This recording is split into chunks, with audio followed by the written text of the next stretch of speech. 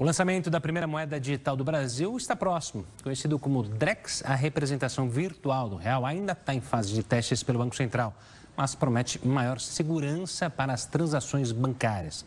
Para entender melhor como essa moeda digital vai funcionar, a gente conversa agora com Marco Zanini, CEO da Dynamo Networks, que participa do projeto de segurança do Drex.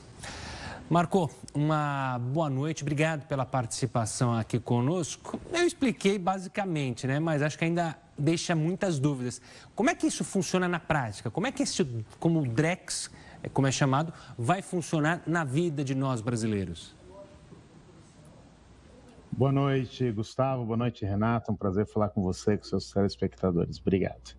É uma novidade, O Brasil tem se destacado na inovação tecnológica no setor financeiro e o Drex a gente teve o Pix, O Pix acho que é um sucesso total na população em geral, em todos nós, cidadãos, e o Drex está vindo agora, a gente está nos testes disso, e o Drex promete ser uma moeda digital que vai vir com uma série de ganhos para a sociedade, que são os ganhos de você poder fazer programabilidade, de você ter um aspecto de segurança maior.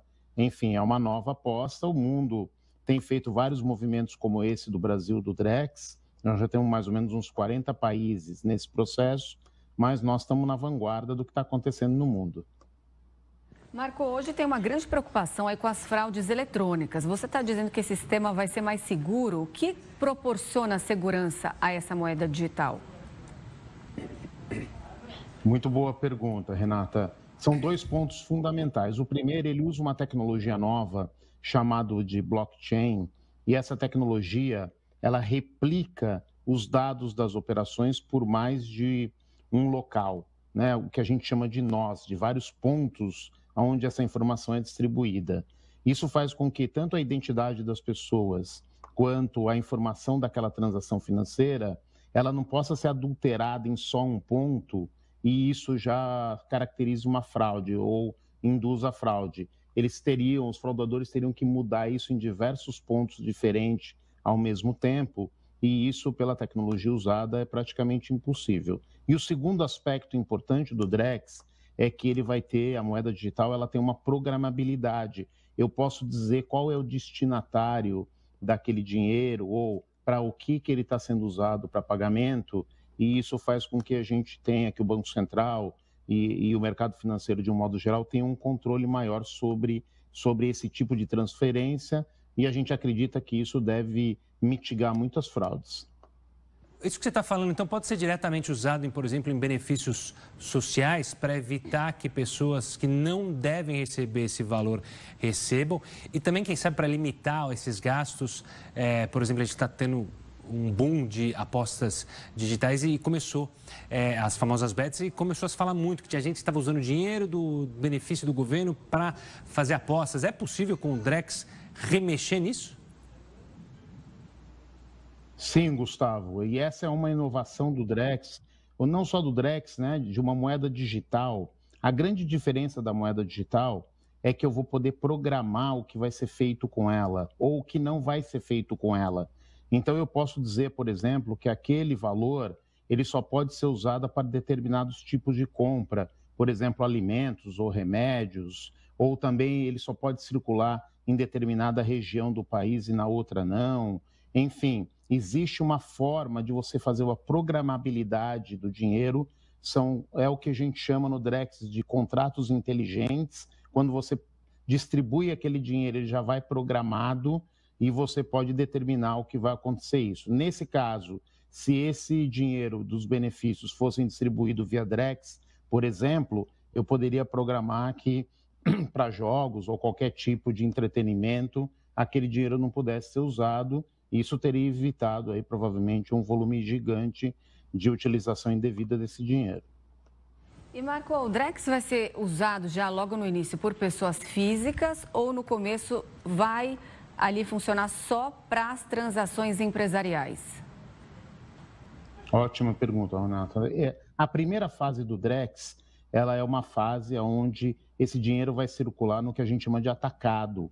Provavelmente vai circular nas transações interbancárias e de títulos de governo, por exemplo.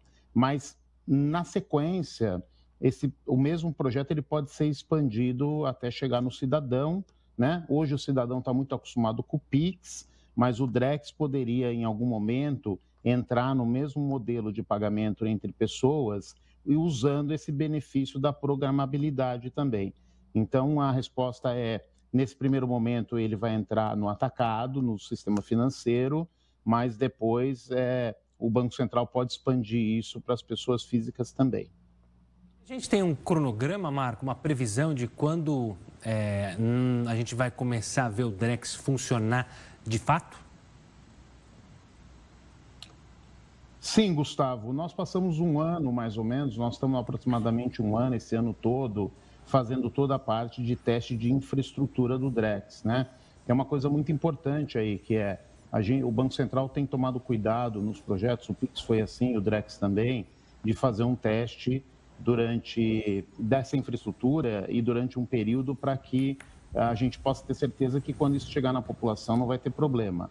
Então, nós passamos por essa fase, que a gente chamou de fase 1, e agora a gente está entrando na fase 2, que são os casos de uso, né? Nós estamos testando agora determinadas usabilidades do Drex. Então, existe casos de uso de transferência, venda de carros, de veículos, ou de moedas sociais, ou de agronegócio, enfim, existem vários casos de uso. Hoje, nós somos 16 grupos de empresas no Drex, o Banco Central acabou de abrir uma chamada permitindo que outras empresas se inscrevam também para expandir esses testes, né, ter mais casos de uso, e esses testes vão acontecer, essa fase 2 vai acontecer até julho de 2025.